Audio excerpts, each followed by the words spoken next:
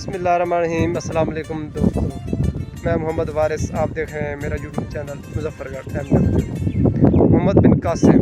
بن قاسم سندھ فتح کرنے کیوں آیا اور اس نے سندھ کے بعد ملتان فتح کرنے کے بعد آگے کی ترقی کیوں چھوڑ دی اور واپس کیوں گیا، اور محمد بن قاسم کو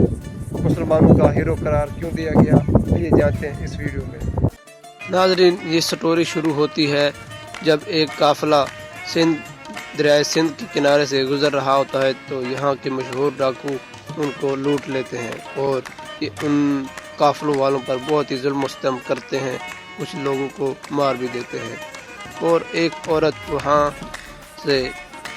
یہی اس کے لب پہ آتا ہے کہ یا علی الحجاج یا علی الحجاج،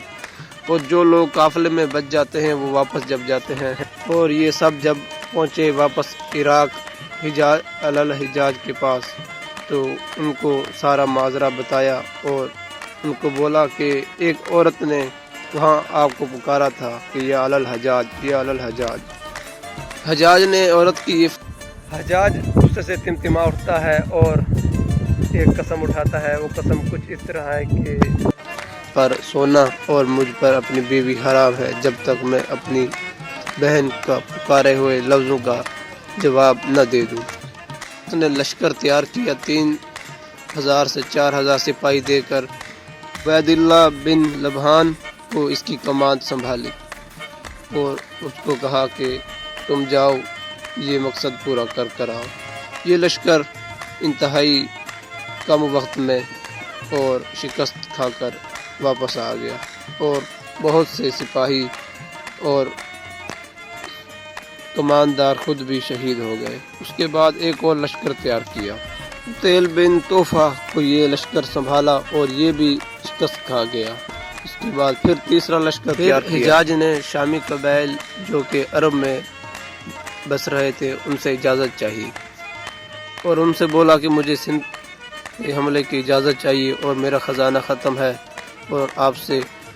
لشکر اور آپ مجھے خزانہ بھی دیں، جس سے انہوں نے انکار کیا، لیکن اس نے حجاج بن یوسف نے کہا کہ جو بھی آپ دیں گے وہ رقم قرضہ ہوگی اور وہ میں دگنی کر بیت المال میں دوں گا۔ اس کے بعد اس نے اپنے سگے بھتیجے محمد بن قاسم، اس نے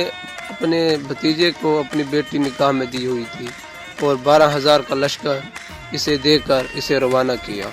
اور باقی کھانے پینے کی اشیاء اور باقی سامان وغیرہ وہ سمندر کے ذریعے بھیجتا رہا پیچھے سے، اور اس نے اپنے اس طرح جنگ کی تیاری کی کہ ہر 3 دن کے بعد واپس خبر حجاج بن یوسف کے پاس پہنچتی تھی۔ پہلا شہر دیبل تھا جو کہ بتوں کا شہر تھا اور اس میں سب سے اونچا اور بڑا مندر تھا، اور لوگوں کا یہی ماننا تھا کہ جب تک یہ جھنڈا مندر کے اوپر لگا ہوا ہے جو نہیں گرتا تب تک وہ شکست نہیں کھا سکتے۔ تو محمد بن قاسم نے 3 دن مسلسل محنت کی اس جھنڈے کو گرانے کی، لیکن نہ گرا سکے۔ ادھر پھر جب واپس حجاج بن یوسف کے پاس پہنچی یہ خبر تو اس نے وہیں سے لکھ کے بھیجا قاصد کو کہ جو گلیل یوز کر رہے تھے گولے مارنے کے لیے اس کو کچھ سمت نیچے کر کے پھر مارا جائے۔ یہ قاصد جب پیغام لے کر آیا تو محمد بن قاسم نے خود یہ کام کیا اور پہلا ہی نشانہ سیدھا جا لگا اور جھنڈا گر گیا۔ اس کے بعد ناظرین، محمد بن قاسم کی عمر اس وقت بتاتے ہیں کہ 13 سے 17 برس کے درمیان تھی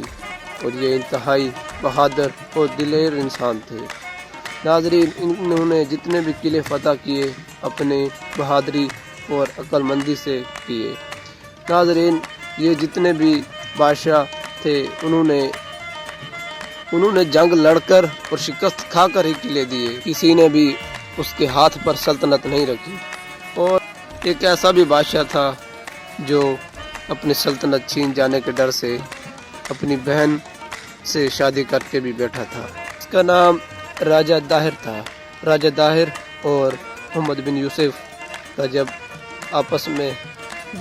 جنگ کا میدان شروع ہوا تو محمد بن یوسف نے حجاج کو خط لکھا کہ پورا ہند کھڑا ہو چکا ہے میرے خلاف اور میرے پاس صرف 12,000 کا لشکر ہے۔ اور حجاج بن یوسف نے مختصر جواب دیا کہ مسلمانوں کے لیے صرف اللہ تعالیٰ کی ہی مدد ہے اور کوئی نہیں ہے، اور آپ یہ مت سمجھیں کہ آپ